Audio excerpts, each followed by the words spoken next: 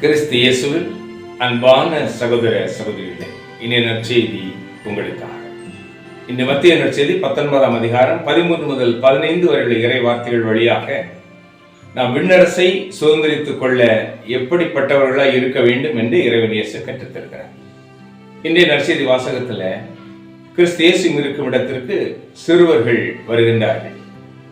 ஆனால் சீடர்கள் அவர்களை தடுக்கின்றார்கள். கிறிஸ்து சொல்லுகிறார், சிறுவர்களை என்னிடம் வரவிடுங்கள், அவர்களை தடுக்க வேண்டாம், காரணம் விண்ணரசு இத்தகையதே என்று கூறுகிறார். இப்போ என்கிட்ட யாராவது ஒருவர் உங்க வாழ்க்கையில, இத்தனை வருட வாழ்க்கையில உங்களுக்கு பிடித்த பருவம் எது, எந்த நாட்கள்னு கேட்டனா உடனே சொல்லுவேன், என் ஆரம்ப பள்ளியின் காலம், 1 முதல் 5 வரை படித்த காலம் இருக்கு பாருங்க, அந்த பொற்காலம் என்று சொல்லுவேன். எனக்கு என்ன, கேட்கும் 100 பேரிலே 99 பேர் அதைத்தான் சொல்லுவாங்க. காரணம், அப்போது இருந்த மகிழ்ச்சி, ஏற்றுக்கொள்ளுதல், பகிர்ந்து வாழ்தல், கருப்பு சிவப்பு வேற்றுமை பார்க்காதது, ஏழை எளியவன் வேற்றுமை பார்த்ததில்லை, ஒன்றுக்கொன்று அடித்துக் கொள்வோம், பேசிக்கொள்வோம், முட்டிக்கொள்வோம், மோதிக்கொள்வோம், ஆனால் இறுதியில் நண்பர்களாக பிரிவோம். அந்த ஏற்றுக்கொள்ளுதல், நாளைய குறித்து கவலை நமக்கு கிடையாது, கடந்த காலத்தை குறித்த அச்சமும் நமக்கு கிடையாது, நிகழ்காலத்தில் வாழ்கின்ற அந்த வாழ்க்கை, பெற்றோர்களை சார்ந்து வாழ்வோம். ஸ்கூல் விட்ட உடனே அம்மா என்று ஓடுற ஓட்டம், அப்பா வந்து அப்பா தோல்ல சாஞ்சிக்கிறது, ஜெபிக்கும் போது கூடவே உட்கார்ந்து இறை அச்சத்தோடு இருக்கிறது, இதெல்லாம் அந்த குழந்தை பருவத்துல நிறைய அனுபவித்திருக்கிறோம். வளர வளர நமது தூய உள்ளமும் தூய மனதும் இந்த உலக பிரகாரமான இச்சைகளிலே கொஞ்சம் கொஞ்சமாக வீழ்ந்து பண ஆசை, பொருளாசை, பெண்ணாசை, பொன்னாசை, இப்படி இந்த ஆசைகள் வர வர மனது களங்கப்பட்டு போகின்றது, எண்ணங்கள் தூய்மை இழக்கிறது, தந்திரம், சூழ்ச்சி, இப்படி அநேக வஞ்சனைகள் நம் இதயத்திலே குடிகொள்ளுகின்றது.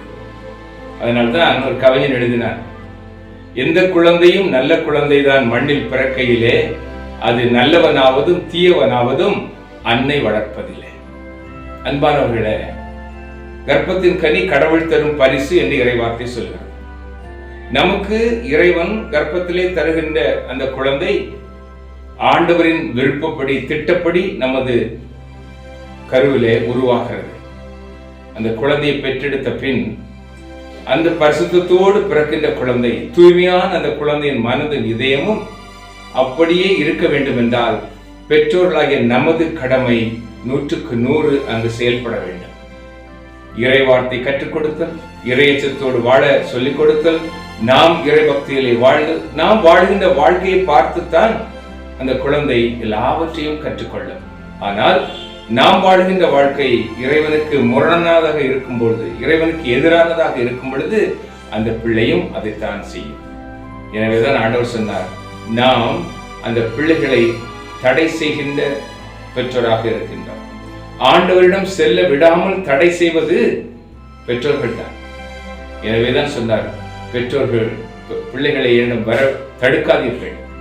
அவ்வாறு இந்த பெற்றோருக்கு ஏதாவது கேடு செய்வர் கழுத்துல எந்திரக்கல்லை கட்டி கடலிலே தாழ்த்தி விடுவது நல்லது என்று சொன்னார். அப்படி பார்த்தா உலகத்துல பெற்றோர் அனைவரும் கழுத்திலும் எந்திரக்கல் கட்டப்பட்டு கடலில் தாழ்த்தப்பட வேண்டியவர்கள். காரணம், இறையச்சமின்றி வாழ்கின்ற வாழ்க்கை, தொலைக்காட்சி, அலைபேசி, புரணி பேசுதல், அவமானங்களை தேடி விதைத்தல், இதுதானே இன்றைய உலகிலே மனிதர்களின் வாழ்க்கையாக இருக்கிறது. பிள்ளைகளிடம் வேறு எதை எதிர்பார்க்க முடியும்? நல்ல மரம் நல்ல கனிகளை கொடுக்கும். அந்த கனிகளை கொண்டு மரத்தை அறியலாம், மரத்தை கொண்டு கனிகளை அறியலாம். என் பிள்ளை இன்னைக்கு தலைகீழா நடக்குது, சொன்னது கேட்கலன்னு சொல்லும் பெற்றோரே, உங்களை நீங்கள் சிந்தித்து பாருங்கள். இந்த பிள்ளைகளை ஆண்டவரிடம் வர விடாமல் தடை செய்வது யார்? உலகமா, நீங்களா? எனவேதான் ஆண்டவர் சொல்லுகிறார், இந்த சிறு பிள்ளைகளை போல நீங்கள் மாறாவிடில் விண்ணரசை சுதந்திரித்துக் கொள்ள முடியாது.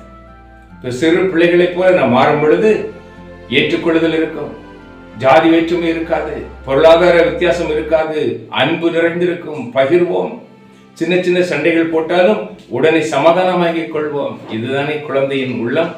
அந்த குழந்தையின் உள்ளத்தை போல நீங்களும் நானும் மாற வேண்டும் என்று இறைவன் இயேசு ஆணித்தரமாக கற்றுத்தருகிறார். ஆனால் நாமோ வெளியிலே பரிசுத்தம், உள்ளே அழகியின் குணங்கள். எத்தனை நாள் இந்த வேடம், எத்தனை நாள் இந்த முகமூடி? யாருக்காக இந்த திருப்திப்படுத்துதல்?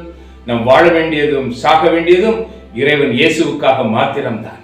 எனவே நம்மிலே குழந்தை உள்ளத்தோடு வாழ இன்று ஒப்புக் கொடுப்போம். அந்த குழந்தை உள்ளம் நம்மை நிலைவாழ்வை சுதந்திரித்துக் கொள்ள செய்யும். ஜெபிப்போமா. எங்கள் அன்பின் பரலோக பிதாவே, உமது இறைமகன் இயேசு வழியாக வாழ்க்கையின் பாடங்களை கற்றுத்தருகிற எங்கள் தெய்வமே, யாவே ராஜா, இன்று நாங்கள் ஒப்புக் கொடுக்கிறோம்.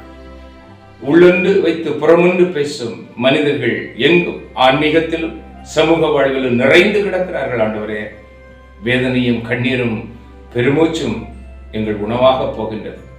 அப்பா, இந்த உள்ளங்கள் மனமாற ஜெபிக்கின்றன.